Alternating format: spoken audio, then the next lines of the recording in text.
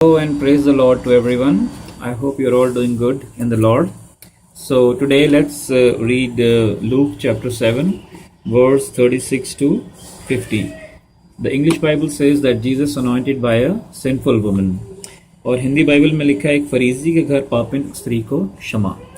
इससे पहले कि हम पढ़ना शुरू करें, जो फरीसी लोग थे वो एक तरह के वो यहूदियों का वो वाला सेक्ट था जो अपने आप को दूसरों से बहुत ही धर्मी, बहुत ही ज़्यादा रिलीजियस समझते थे, अपने आप को बहुत ही श्रेष्ठ कैटेगरी के लोग समझते थे। दूसरों को वो अपने आप से नीचा देखते थे कि भाई हम जैसा धर्मी और कोई नहीं है।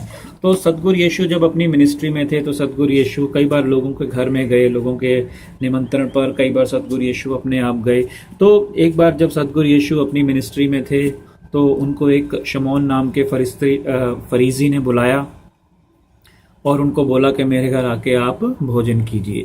तो यीशु ने उसका इनविटेशन एक्सेप्ट किया और वो उनके साथ भोजन करने बैठे।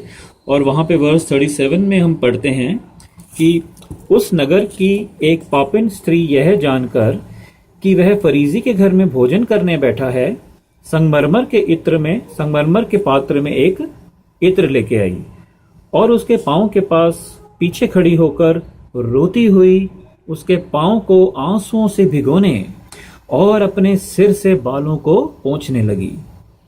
यह देखकर वह फरीसी साइमन, जिसने सतगुरु यीशु को बुलाया था, अपने मन ही मन में वो सोचने लगा कि यदि यह सच्चा भविष्यवक्ता होता, यदि यह सच्चा प्रॉफिट होते तो ये कभी एक पापिन स्त्री को अपने को टच नहीं करने देते। Because that woman was of an immoral character. She was a prostitute. So Simon thought that maybe Jesus is not a true prophet. He's allowing a woman and a sinner to come and touch him and kiss his feet. So he was not exactly pleased with what he saw. तो सतगुरु यीशु ने ये जान लिया कि Simon क्या सोच रहा है। तो यीशु ने शमौन से कुछ पूछा। उन्होंने उससे कहा, हे शमौन, मुझे तुझसे कुछ कहना है। तो शमौन ने कहा, हाँ जी गुरुजी बोलिए। तो सतगुरु यीशु ने कहा कि किसी महाजन के दो कर्जदार थे, एक 500 और दूसरा 50 दिनार का देनदार था। जब उनके पास कुछ भी ना रहा तो उस महाजन ने उन दोनों का कर्ज क्षमा कर दिया। तो सतगुरु यीशु ने साइमन से पूछा कि अब तू बता, कौन उसमें से ज्यादा प्रेम रखेगा उस कर्जदार के साथ। तो शमौन ने कहा, जी मेरी समझ में तो वो जिसका अधिक कर्ज माफ किया गया। तो सतगुरु यीशु ने कहा कि तूने बिल्कुल ठीक विचार किया है। सतगुरु यीशु जी साइमन को बताना चाहते थे कि अगर ये स्त्री पापी है, अगर इसके पाप गंदे से गंदे पाप हैं जो आप लोगों को नजर आ जाते हैं, If you think she is an immoral woman, she is a prostitute, तो आप भी बहुत धर्मी नहीं हो। आपको भी प्रभु की कृपा, प्रभु का अनुग्रह, प्रभु के ग्रेस की उतनी ही आवश्यकता है जितनी इस स्त्री को है। जीसस ने डायरेक्टली तो उसको कुछ नहीं बोला, परंतु एक जीसस ने पैराबल दृष्टांत में बात की, क्योंकि बाइबल का वचन कहता है क्योंकि हम For all have sinned and fallen short of the glory of God, जैसे कि हम रोमन्स में पढ़ते हैं। हम सब ने पाप किया है और हम सबको प्रभु की कृपा, प्रभु की माफ़ी चाहिए। तो जितनी माफ़ी उस पापिन स्त्री को चाहिए थी उतनी ही माफ़ी शमौन को भी चाहिए। तो उसके बाद सतगुरु यीशु ने उस स्त्री से कहा, अगर हम वर्स 48 पे आते हैं, तेरे पाप क्षमा हुए। तब जो लोग उसके साथ भोजन करने बैठे थे वे अपने अपने मन में सोचने लगे, यह कौन है जो पापों को भी क्षमा करता है। परंतु यीशु ने उस स्त्री से कहा, तेरे विश्वास ने तुझे बचा लिया है, जा कुशल से जा। वहां बैठे जितने लोगों ने ये वार्तालाप सुना, ये सीन देखा, उन्होंने सोचा भी ये कौन है जो पाप माफ करने का जिसको अधिकार है।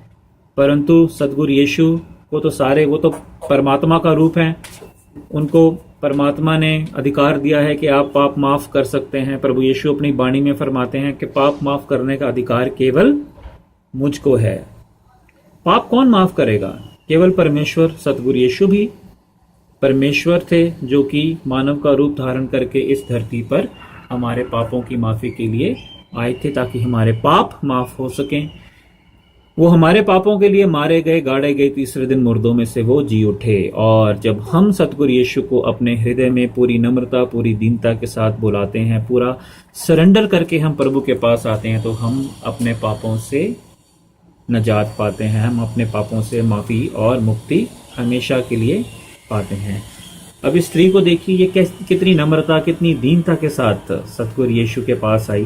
शायद इसने सोचा भी नहीं होगा, शायद ये केवल यीशु को ग्रीट करने आई होगी, परंतु सतगुरु यीशु तो एक पवित्र जानी जान परमेश्वर हैं। जब वो उनकी प्रेजेंस में आई, वो अपने आप को रोक ना सकी, वो रोने लगी। रो रो के उसने यीशु के इतना रोई कि उसने आंसुओं से यीशु के पाँव को भिगो दिया। Then in an act of humility she started wiping his hair wiping his feet with her hair. What an act of humility.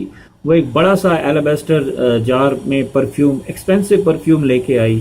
तो जब हम सरेंडर करके प्रभु के पास पूरी नम्रता और दीनता के साथ आते हैं, प्रभु एक पवित्र परमेश्वर हैं, प्रभु हमें अपने पापों से अवेयर कराते हैं।